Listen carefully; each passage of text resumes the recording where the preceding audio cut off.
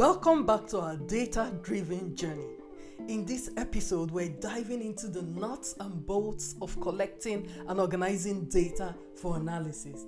Because, let's face it, you can't analyze what you don't have. As a data analyst, I have helped small businesses use data to turn their operations around. Today, we'll be talking about how to collect data, clean it up, and get it ready to work its magic for your business.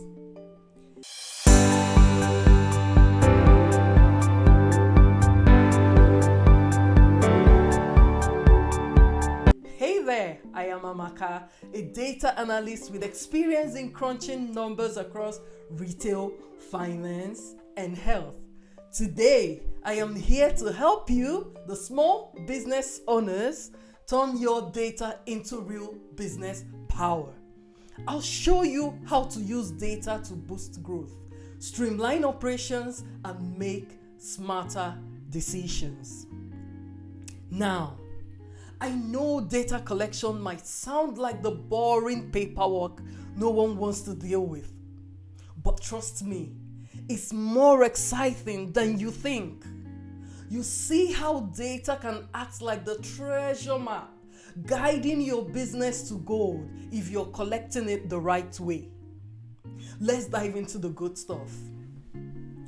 Why is collecting data crucial for your business? Imagine you're running a small shop in your local town. Every customer that walks in is an opportunity, a chance to understand your market better, to improve and to grow.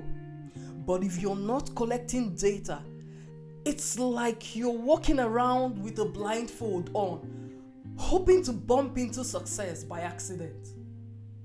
Trust me, that's no way to grow. It's like throwing a spaghetti at a wall and hoping something sticks. Spoiler alert, it rarely does. And if you're in Africa, like many businesses I have worked with, you know how diverse our markets are. 1 minute, someone's asking for imported coffee. The next, they want the locally brewed variety. How do you keep up with all of that? By collecting the right data. Without it, you're guessing. And we all know where guessing gets you. Remember the gut instincts versus data heavyweights match from episode 1. So, let's dive into the tools that will get you started. Let's begin with the fundamentals. How do you collect data? Think of it like gathering ingredients for a recipe. Without the right ingredients, your cake will flop, isn't it? Here is how you can start collecting data from your business efficiently. The first is manual tracking. Old school, right? But it works. Some small businesses start with simple spreadsheets. You track orders, customer preferences, and inventory manually. It's low cost and it helps you start somewhere. A lot of businesses started like this, jotting down what sold and when it sold. But soon enough, they saw the value of upgrading once they got serious about it. The second is automated tools. For those ready to level up, there are tons of automated tools available, like the POS systems or even a CRM software. These tools track your customer behavior, order history, and even inventory automatically. No more guessing or writing things down on a piece of paper you swear you will remember to look at, but you never do. Many small businesses I've encountered use POS systems without fully realizing the potential. For many, it's just a tool to process payments, overlooking the treasure trove of data it generates. I once worked with a small retail business that had been using a basic POS system solely to record sales transactions. The system was producing a wealth of data, but they had no idea how to leverage it. When I showed them how to turn their data into actionable insights, they were amazed by the results.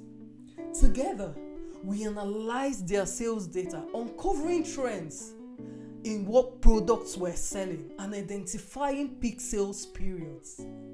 Within a few months, their understanding of their business operations transformed, and they started seeing significant improvements in the decision making and sales strategy. It truly became their gold mine. So, start small if you need to. Even if it's just capturing emails and purchase habits in a basic Excel sheet, it's better than nothing. You can always upgrade to fancier tools later. Remember, even giants like Amazon didn't start out with super sophisticated systems. They built a system as they grew. Okay, you've collected all the data, now what? You don't want it sitting around like a pile of laundry you keep avoiding. You need to organize it, otherwise you're hoarding numbers and names without a clue what they mean. So, how do you organize your data? How about we explore spreadsheets? Think of a spreadsheet like your business control room. It's where everything comes together. Each row tells a story, a customer, a transaction, a product. And when you organize it properly, that story becomes clear. Start by creating clear categories, dates, customer names, purchase items, costs, and locations. It's like organizing a bookshelf. And just like how you wouldn't put your cookbooks in the middle of your crime novel. Don't mix up customer data with inventory numbers. It can lead to confusion and inefficiency. What about databases? As your business grows, a basic spreadsheet might no longer cut it. That's when you graduate to databases. They allow you to handle more data and organize it in a way that is faster to retrieve and easier to analyze. If you're growing and seeing a lot of transactions, don't be afraid to invest in something like a simple database software. Make sure your data is clearly labeled and consistent. For instance, John Smith. One day, the next day, you're writing it as Smith John. That's a mess. Keep it clean. So when it's time to analyze, you're not stuck wondering why you have 5 different versions of the same customer. The next is ensuring data quality and accuracy. You wouldn't cook with a spoiled ingredient, right? The same goes for your data. If it's messy, outdated, it's going to lead you to some terrible conclusions. I want to share a story about a small dinner business that was tracking customer orders but neglected to standardize how they recorded product names. Imagine this. The sales rep will enter pepperoni pizza as pet pizza, a short form because sometimes they are too lazy to type the full name. Pepper pizza is shortened to pep pizza. You get the idea. When the time came to figuring out what their most important item was, they couldn't even tell because it was a nightmare to sort through. That is the implication of not typing the full names. This could compromise the quality and accuracy of the data. Cleaning your data. Start by removing duplicates and correcting errors. If customer A is listed 3 times in your database, you're not just confused. You're also wasting time. Clean up those entries, standardize names, and make sure everything is accurate. Consistency is key. If you're serious about making data work for you, it's not a one-time thing. You need to track it regularly, consistently. Data is most powerful when it shows you trends over time. If you only collect data when you feel like it, you're missing out on patterns that could revolutionize your business. Imagine trying to figure out what's selling and only looking at your sales once every 6 months. That's like checking your oven after the cake has already burned. Data is like your business's best friend. But just like any friendship, it takes effort. You need to collect it, clean it, nurture it to see the benefits. And when you do, you're setting yourself up for growth. Now, for those of you already collecting data, what have you done with it?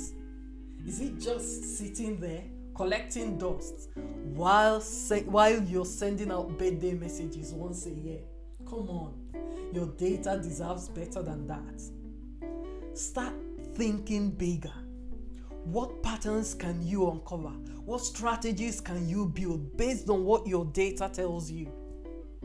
If you're only collecting phone numbers, you're missing out on the real goldmine, customer preferences, buying habits, and more. Stop treating data like a birthday card reminder service and start using it to drive real, impactful decisions. In the next episode, we will take the next step, finding data and trends. If you have any questions, feel free to ask in the comment section below.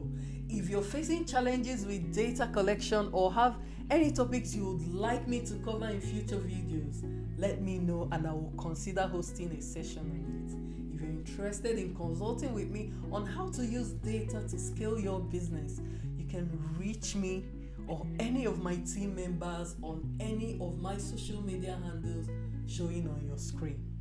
If you found this video helpful, don't forget to like this post to help us reach others interested in the topic and subscribe for more details. Until then, stay tuned.